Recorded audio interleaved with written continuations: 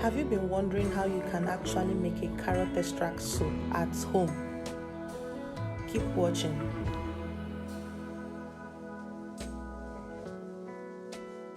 So first, we are going to need to get our carrot extract juice.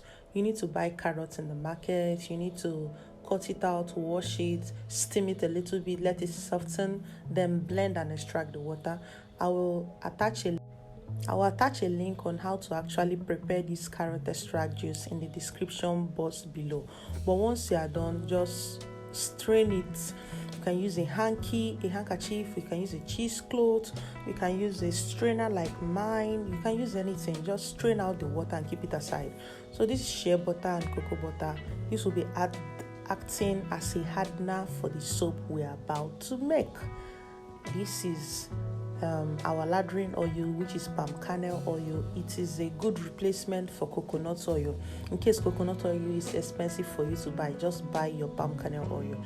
And then for the soft oil of choice, I'm making use of olive oil. The quantities are on the screen. You can see it loud and clear. Next, this is the carrot seed oil. You can make use of carrot oil. You can make use of any oil, hemp seed oil, almond oil. It must not be carrot seed oil at 25 grams. You can make use of any other oil. And then this is the juice, the carrot extract juice. I'm making use of 69 grams of carrot juice extract for this formulation. This is water for dissolving our caustic soda.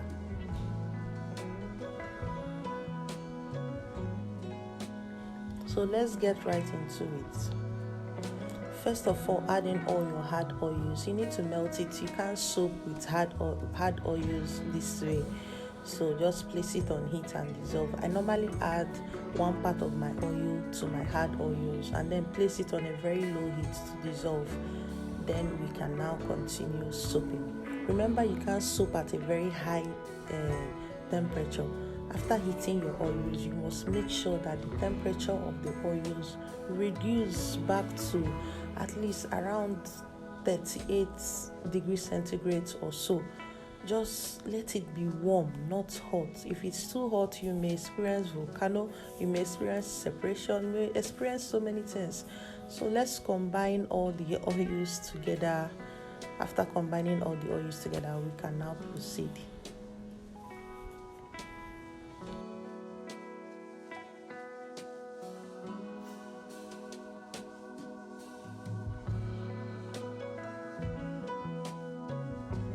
So it's time to incorporate in the carrot juice extracts. You may work with carrot juice extracts. You may also work with papaya extracts. This is the time to bring out your hand blender or your stick blender so you can blend the oil and the extracts together. If you don't have a hand blender or a stick blender, make use of a hand whisker which you have in your kitchen. Mix everything together, mix it all up before you can incorporate in your lye solution. Once it's all well mixed, dissolve your lye and make sure it cools down properly before you start adding it into your soap. Remember not to splash in the whole lye solution at once. Add it in trickles and you stir as you add it in.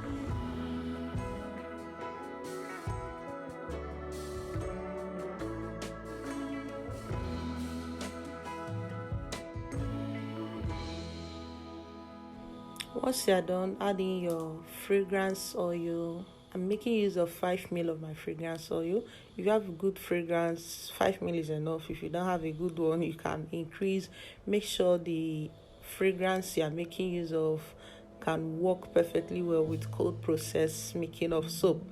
Some of them can actually separate your soaping butter, so be careful with the one you are working with. But with my procedure and with the combination of oils, you may actually not have a soap separation because I am working with less water, more oil. So I'm making use of an orange mica color to improve the color. You can add in more Make sure your color is very dark while producing, not even this dark. The color should come out very well, so that once the lye has acted up with everything left in the soap, you will still have a very good coloration. So when you're adding your color, add it perfectly. Let the color blend well. Mix thoroughly before you pour into your soaping mold.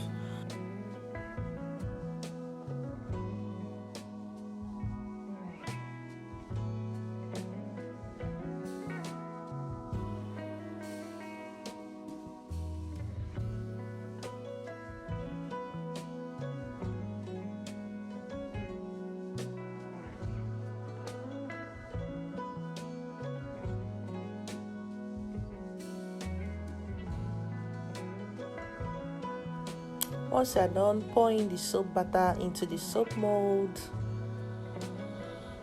Make sure everything gets into the soap mold.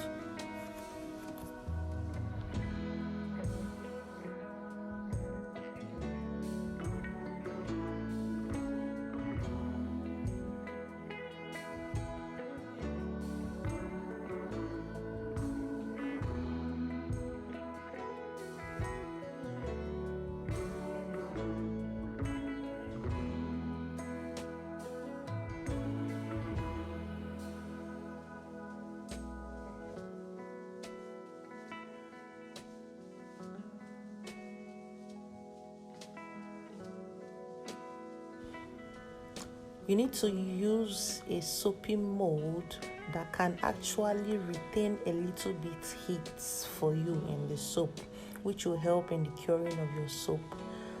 You need a mold that won't allow your soap to lose heat easily. This heat is also required in making your soap cure perfectly and saponify perfectly. So once you are done, you may decide to texture the surface of your soap, or you may decide not to do it. But endeavor to actually cover the surface of your soap to avoid soda ash. After 24 hours or the next day, you just bring out your soap and unmold. It should be very hard enough for you to unmold because of the choice of oils that we used. Once you unmold, look at how smooth and shiny and the surface of the soap looks like. Just cut into different bars the way you want to use it. If it is for sale, you can sell, but ensure that you cure it for at least 3 to 4 weeks before you can start selling the soap.